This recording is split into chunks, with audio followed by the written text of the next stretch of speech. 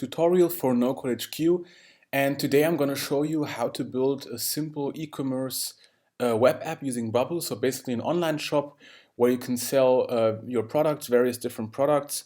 We will have a cart functionality, so basically users will be able to add products to their cart and then check out and pay for all these products. We will use the payment integration or make a payment integration with Stripe, so that's quite easy to do. And yeah, so let's go ahead. So what you want to do, you want to create a Bubble account first, and you can create one for free.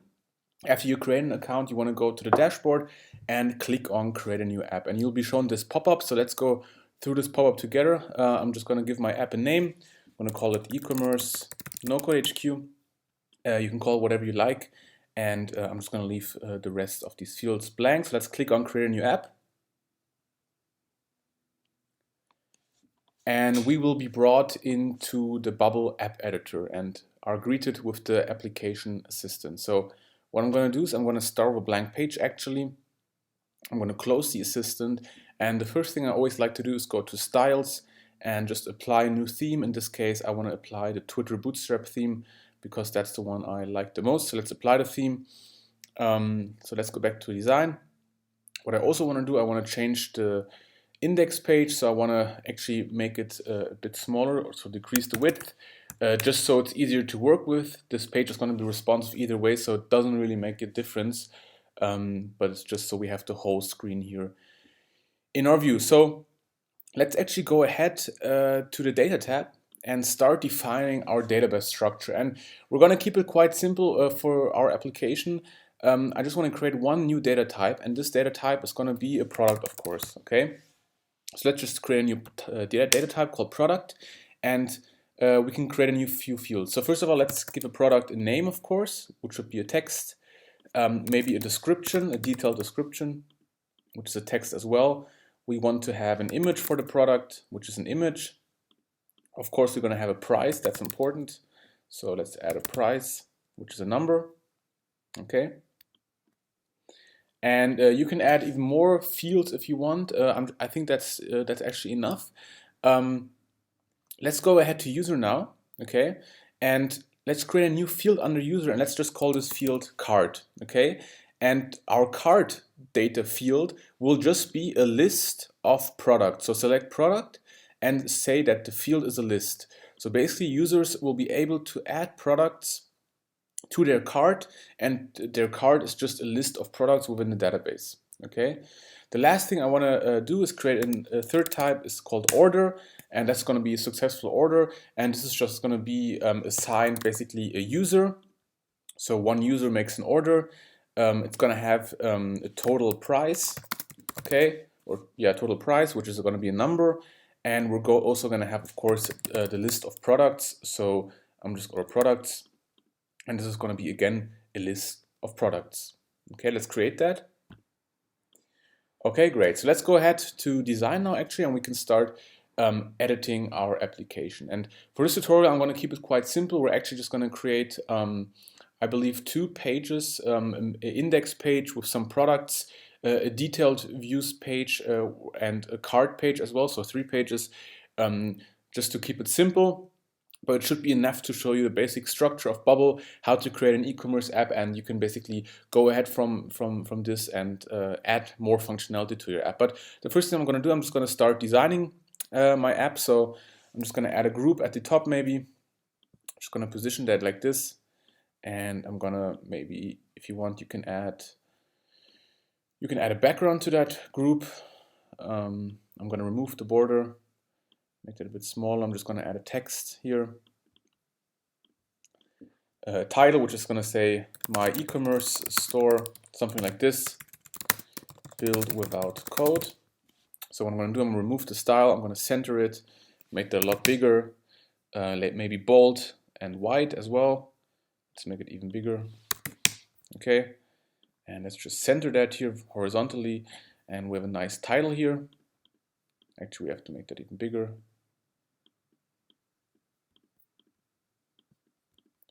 Like this. This group should not be fixed width. It should actually basically always be relative to the page size. but let's make this text apply a maximum width to this text. Okay. What I'm going to do next, actually, I'm just going to add a text here, and this text is going to say latest products. Okay. Let's also make that a bit bigger and bold maybe. Okay, and underneath this text we want to add a repeating group. Okay, so let's just search for a repeating group, and let's drag that here. Let's group these two together. So I'm just going to hold Control, select the repeating group and the text, and let's group these elements in a group. Okay, great. Let me actually center this, and I also want to remove the border, so none. The next thing I want to do is I want to go into my repeating group, and first of all I want to change the style. So I want to say, okay, I want to have 2 rows only, or actually just 1 row, but I want to have 3 columns. Okay, and we can make the repeating group a bit smaller, so that's a nice size. And what we can do now, we can just say, okay, the type of content should be product. So we want to display our products within this repeating group. Our data source should just be a search for products within the database, and we want to sort by the creation date, descending yes. So this will show the latest uploaded products that were uploaded by you within this repeating group. Let's also now add a group inside. So I'm just going to search for group and drag a group here. So let me remove the style, remove the borders, and just add a shadow. That will look a lot nicer. Let's maybe have a bigger roundness. And you can play around with the design settings here. It's quite powerful. Let's just center horizontally and vertically the group. And let's remove this separator here. And what I'm going to do now, I'm going to just say, okay, this group should be of type of content product, and the data source should be the current sales product. So we will now have access to the repeating group's current sale product. Okay, and we can now, for example, just choose a group here. I'm just going to put that group inside here, maybe drag it like this, and I'm just going to say, okay, this should be, let's remove the style again. And let's remove the roundness, and let's just add an image as the background style. That's what we want to say, a dynamic image. It should be the current sales or parent group's product image. Okay, let's center the image, make it as wide as the parent element. We can also add a text below, of course. Let's actually add a link. That's going to be better, like this. And let's change the style of this link. Actually, let's make it black and bold, maybe 16, like this. And this should just be, or say, the parent group's product name. And we also want to have just a text here, maybe at the side. We can do that, or actually here as well. And let's say this is dollars, and then afterwards the parent group's product price. Okay, and we can make that the same width as well. And I think that's not too bad. Let's make it a bit grayish. And looks already quite nice. And we already have our basically a structure here where we have an individual product here. And what you could also do, that's a small UI thing, but I think small UI things make your product great. So what you can do, for example, you can say, okay, when this group product, let's add a conditional, when this group is hovered, so here, you can basically make the shadow a bit bigger, and that will have like a nice hover effect. So what I'm going to do, I'm just going to say, okay, when this group is hovered, I want to change the horizontal offset to 4 maybe, and the vertical offset of the shadow, of course, also to 4. Okay, and you're going to see how that will look in a second. What you can do as well, of course, we can make the group a bit larger here. You can add, I don't know, a text here about us, something like this. But that's not so important. The other thing I want to do, I want to actually install a plugin, which is going to be Material Icons. So you can just choose search for Material Icons. It's a plugin by Bubble. Install it, and you will have access to all the Google Material Icons. So let's actually insert an icon now. Let's insert that maybe. Let's leave some space here next to the price.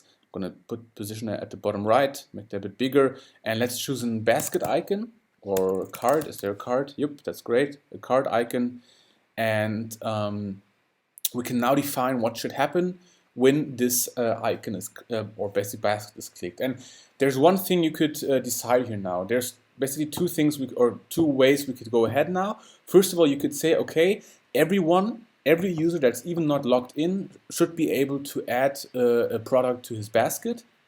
And then upon purchasing or ordering an item, he or she should be able to, or should create an account. Or you could say everyone should create an account first and only then should be allowed to create, or basically to purchase or add items to the basket. And what we're going to do, we're actually going to choose the first option. So basically everyone should be allowed to add items to their basket. So what I'm going to do, I'm going to say, okay, when this is clicked, let's start the workflow. We want to make changes to a thing. Okay, we want to change the current user, and we just want to add to our cart, we want to add the parent group's product. That's basically it. So we're going to add this product to our cart if this icon is clicked. Okay, and that's basically it. And let's go ahead now actually and modify our app header. So I'm going to go to header here, and let's just delete this here. And we have two groups here, the logged out group and the logged in group. I'm going to remove this here.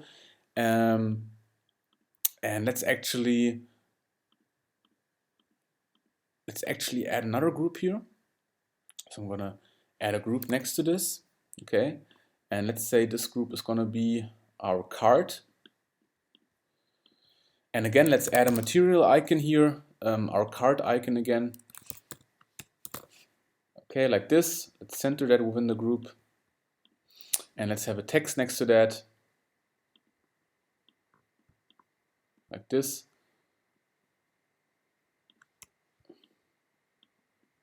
Let's center that vertically as well. Let's say this is also here, center the text vertically. And this should just be cart and then the current user's cart count. Okay, so this will just display how many products or items there are in the current user's cart, and that's basically it. Quite simple. We can also add just text here for our header. So I'm going to say e-commerce, something like this. Again, let's make that bigger. Center it vertically and make it bold maybe. Okay, I'm going to remove the maximum width here, and great. Let's also add a shadow maybe to this header. That will make it look even better, like this. Okay, and let's add the header now to our index page. So I'm going to actually drag all of this a bit down. So I'm just going to drag that down, center it again, drag that down as well. And we can now search for the reusable element. In this case, our header. I'm just going to drag it here. What you want to do is, if you remember, our page has a width of 1000 and our header has a width of 1200. You just want to manually change that to 1000 and it should be automatically fitting now. So we can drag that up again a bit. And yeah, we have our great header now. So let's actually just take a quick look at our app, how it looks. We can do that by clicking on preview. And as you can see, we don't have any products yet, obviously, but the rest looks quite fine. We have our title here, our background, our title here, our sign up login button, which should open the sign up login pop-up. And we have our cart here, and there are currently 0 items in our cart. So let's go back to our editor and let's continue editing our application. So what I'm going to do, I'm just going to add a new page. And this page should just be the product page. And we can just create that quickly. That's going to be quite easy. This should be the detailed view of an individual product. So let's actually make this element not fixed width. I'm going to change the width to 1000 again. Let's give it like a grayish background color. And let's say the type of content is going to be product. Okay. And we can now, let's make it a bit more wide actually. And you can now just add fields. So I'm going to keep it quite simple. I'm just going to add a title here in the middle. And this title should be the current page product's name. Okay, let's make that really, really big, like this.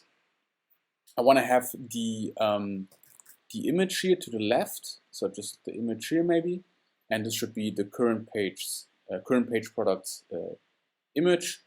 I want to have the description next to it, so the product has a description. The description should be shown here, like this. And we're going to make that the same width as well, like this. And this should be the current page's product description. Okay, and below that we just want to have the price as well, like this. And this should be the price, dollars, current page product's price. Let's make that a bit bigger and bold. Okay, and next to this, let's actually add a button. And this button should say add to cart. So quite simple. Or add to basket or add to cart. Okay.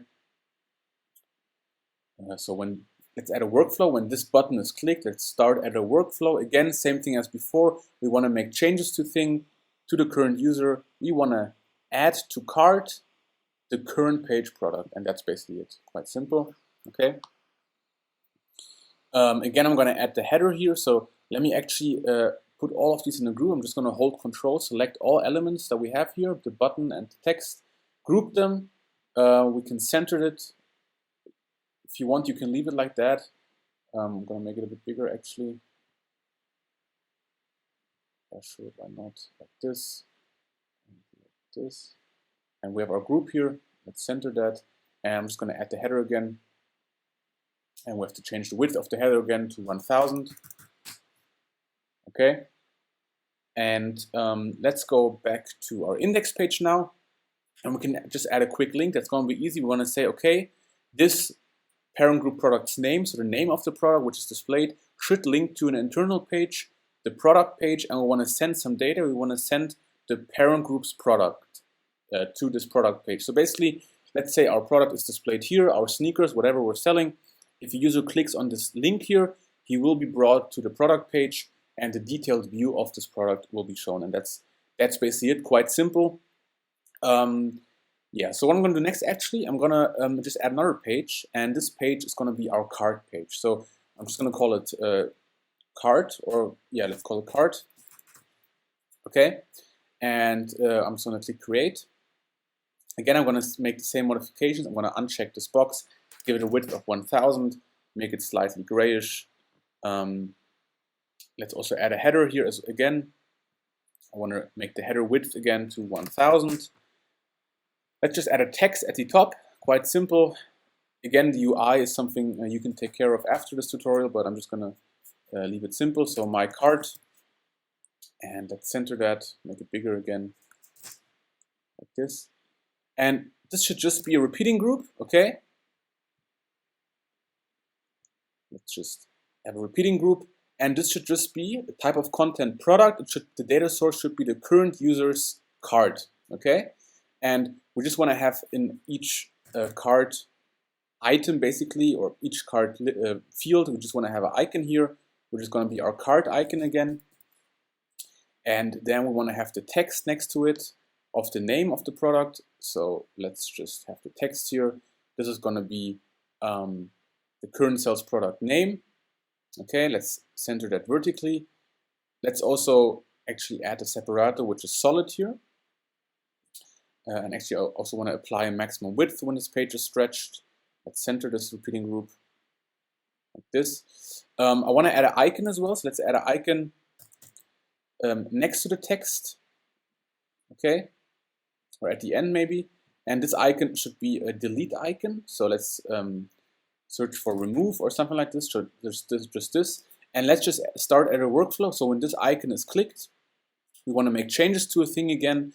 And again, to the current user, we want to make a change to the cart, and we want to remove the current sales product. That's basically it. Quite simple. Okay. And actually, let's also just add a text next to this. I'm just going to add a new text. I just copied that.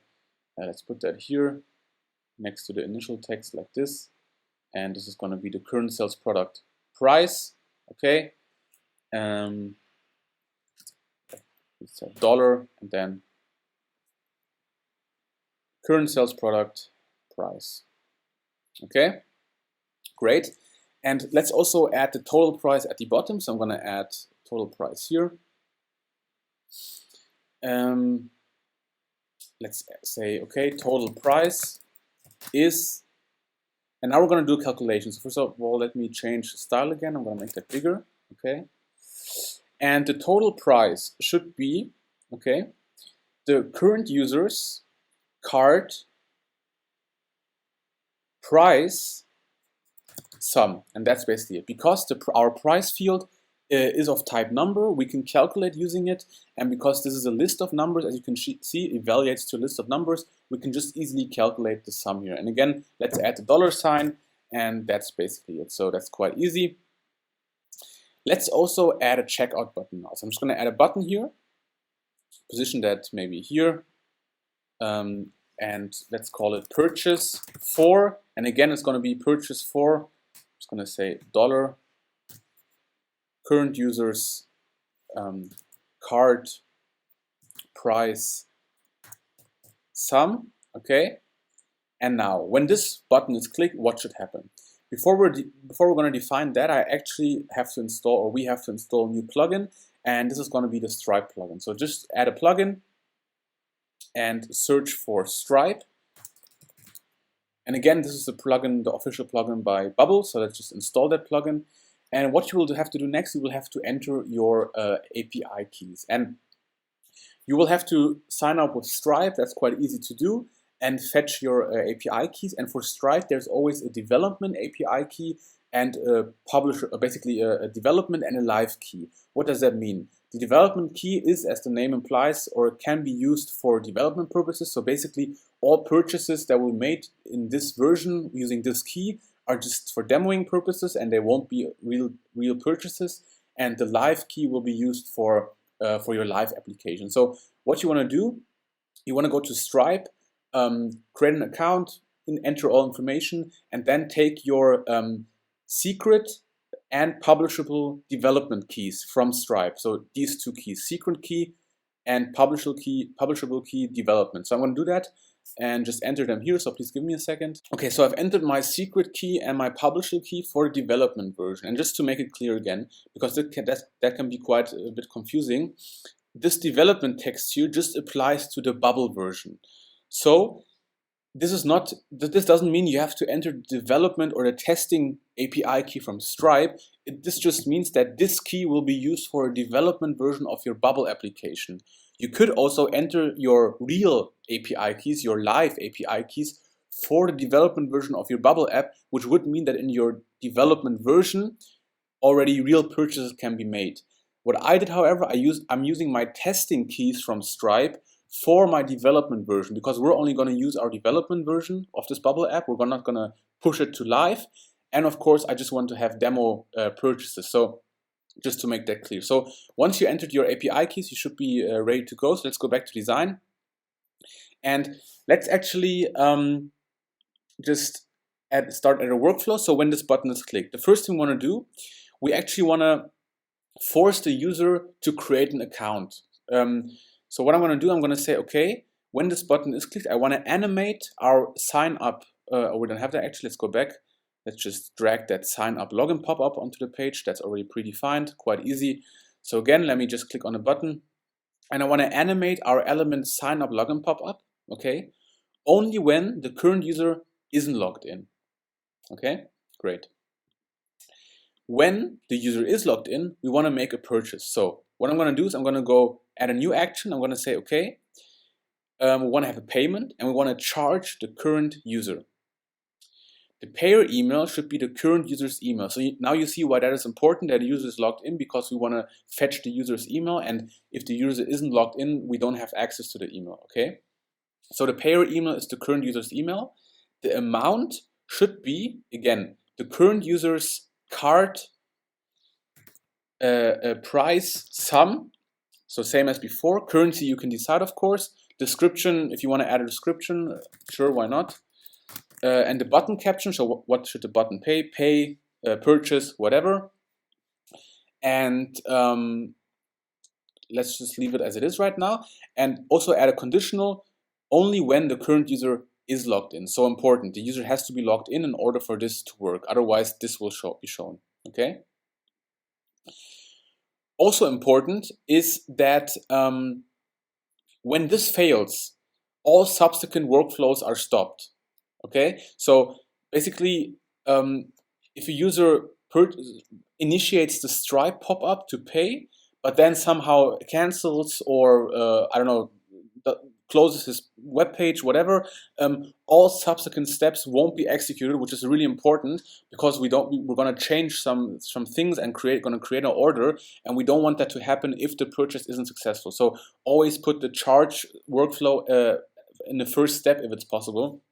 So if this is successful, we want to actually create a new thing, and we want to create a new order, and this order should contain the products. So products add the current user's cart values, okay? We want to add a list actually.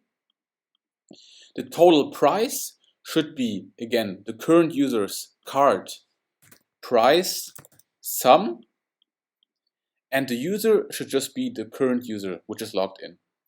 And again, I'm just going to say only when the current user is logged in. Okay? And let's also just make another change. So again, data, make changes to things to change, current user. And for the cart field, we want to actually clear the list. Because after the user purchases his cart, of course, the cart should be clear again. And again, only when the current user is logged in. And at last, what you can do, let's actually go back and let's add a pop-up. I'm just going to search for pop-up. Let's create a new pop-up, put that here.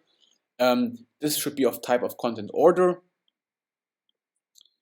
And let's just say, okay, thank you for purchasing. Your purchase was successful.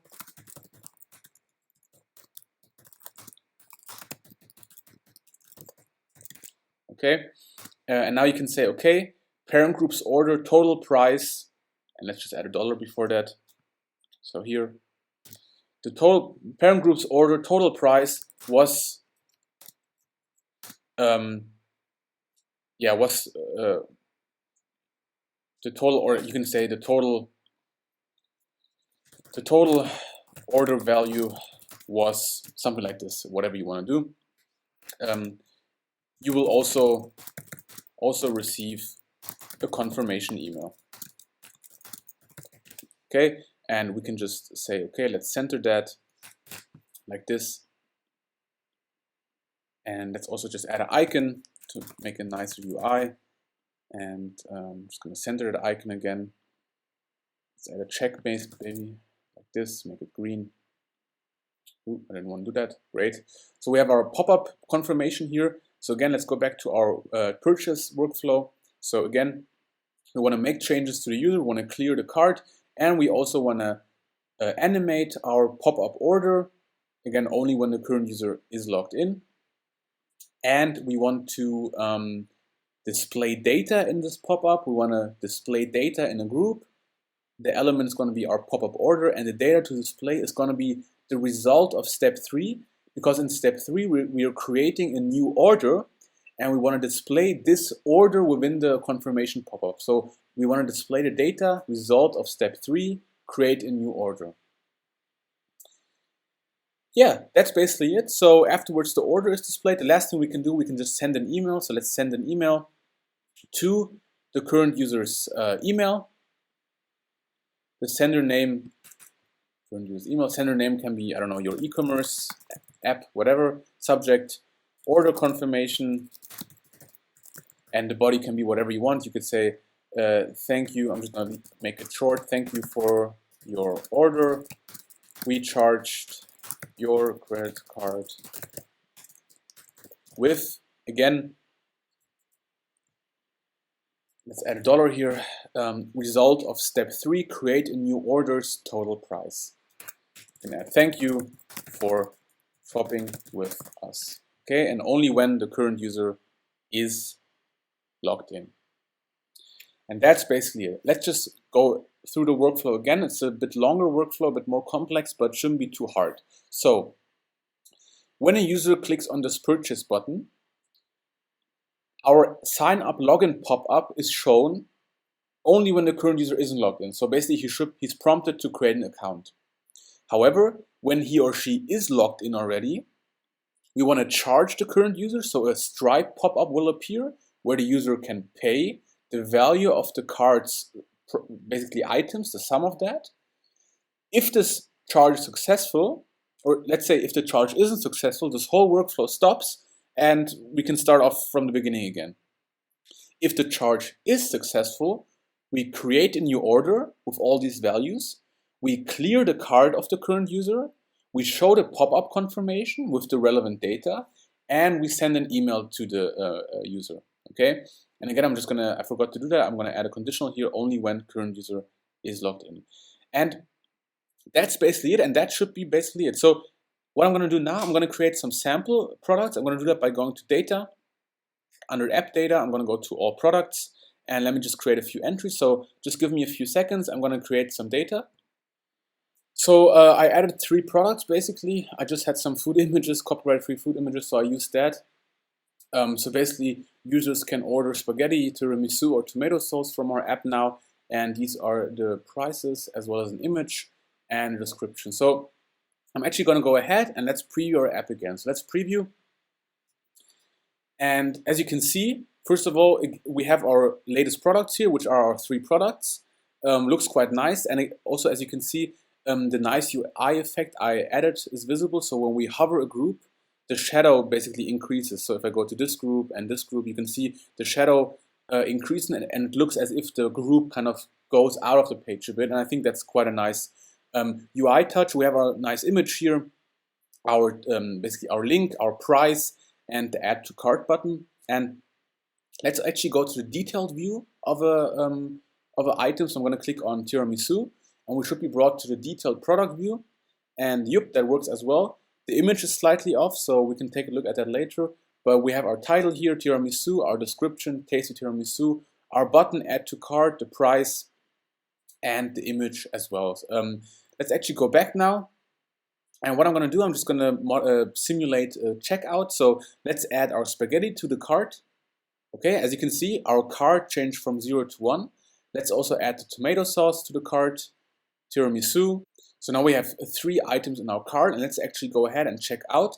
However, I actually forgot to create a checkout link, so let me just go back quickly, and I want to go to the header, and I want to say when this is clicked, so start at a workflow, we should be brought to the page cart. So let me just refresh the page then. Okay, and let's actually click on our cart now. Okay, great. And as you can see, we have our nice repeating group here, which displays our individual products that we added to our cart. The total price works quite nice. We have $54 in total, which is the sum of these 3 values. We can also remove an item. So let's actually remove tiramisu by clicking here. Great, now we only have 2 values. The total price is 42. Let's go ahead and purchase. And let's click on a button. What should happen now? Because I'm not logged in, the sign up login pop-up should open. So let me click that. Okay, that didn't work. Let me check why. Let me go back again.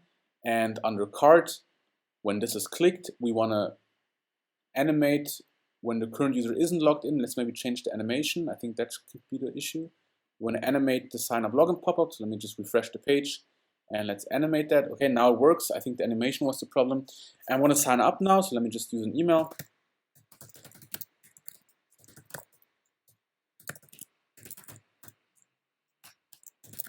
Let's sign up.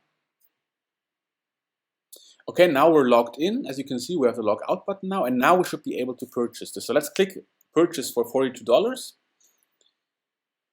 Okay, awesome. As you can see, the Stripe pop-up is shown. An important indicator here, we are in test mode because I'm using the testing APIs. This won't be a real purchase, but we can still test it. So our Stripe pop-up is open, and we can now basically pay the $42, okay? Just to test, let me actually close this pop-up again and see what happens.